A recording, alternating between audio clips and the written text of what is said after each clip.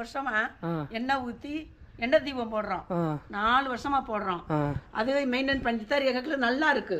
அங்க போக போக எங்க கோயிலுக்கு வந்து விசேஷம், எங்க குடும்பத்துக்கும் நல்லா இருக்கு. இந்த கோயிலுக்கு போய் தான் எனக்கு பேத்தியே பிறந்தது. என் மகனுக்கு குழந்தை இல்ல. 1 வருஷம் கழிச்சு குழந்தையே இல்ல. முதல் மொட்டை அங்கதான் போட்டோம், 2வது மொட்டை அங்கதான் போட்டோம். எங்க குலதெய்வத்துக்கு கூட நாங்க எடுக்கல.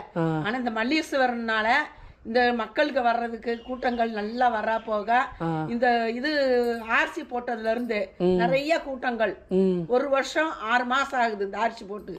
இந்த ஆர்சி வச்சதுல இருந்து கூட்டம் நிறைய எங்கெங்கயோ இருந்தாலும் வர்றாங்க.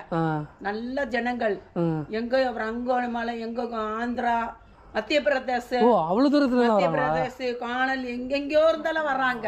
அதுக்கு அங்கிட்டு நெல்லூர், குண்டூருக்கு அங்கிட்டு ஒரு கார் பிடிச்சிட்டு வந்து இங்க உட்காந்து சாப்பிட்டு நம்ம வீட்டுல தோட்டத்துல குளிச்சுக்கிட்டு இப்ப போன மாசம் கூட 13 கெஸ்ட் பசங்க வந்து இங்க 2 காரு வந்து நம்ம வீட்டுல வந்து சாப்பிட்டு குளிச்சு இங்க சாப்பாடு வச்சு சாப்பிட்டு குளிச்சுக்கிட்டு தண்ணி மோட்டர் போட்டு விட்டாரு அப்பா.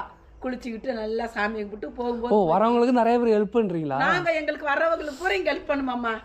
இந்த பாடி 18க்கு வர்றவங்க, பிரதோஷத்துக்கு வர்றவங்க, கிரிவலம் வர்றவங்க, இந்த சாமி கோயிலுக்கு நிறைய வருவாங்க. யார் இருந்தாலும் அன்போட பச்சை தண்ணியாவது நான் அன்போட கொடுப்பேன். 20 பேர் வந்தாலும் டீ போட்டு கொடுப்பேன். அதான் நான் உள்ள வரும்போது உங்களுக்கு கவனிப்புக்கு பார்க்கும்போது எனக்கு தெரியுது.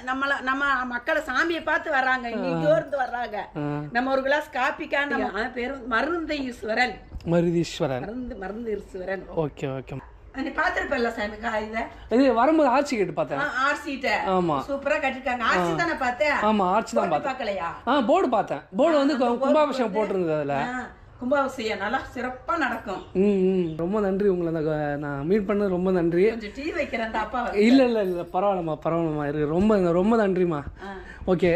அதுக்கப்புறம் இந்த கோயிலில் பார்த்தீங்கன்னா எவ்வளோ பேர், எத்தனை பேர் ஒரு நாளைக்கு எத்தனை பேர் வந்துட்டு போவாங்க? கணக்கு சொல்ல முடியாது கண்ணு. இத்தனை பேர் தான் வராங்கன்னு சொல்ல முடியாது சாமி. பிரதோஷத்துக்கு, அமாவாசைக்கு, பௌர்ணமிக்கு கூட்டங்கள் வந்துகிட்டு போயிட்டே தான் இருப்பாங்க. அன்னைக்கு கும்பிடுக்கும் ஏகப்பட்ட ஜனம் வருவாங்க. ஓகேம்மா ரொம்ப நன்றிம்மா.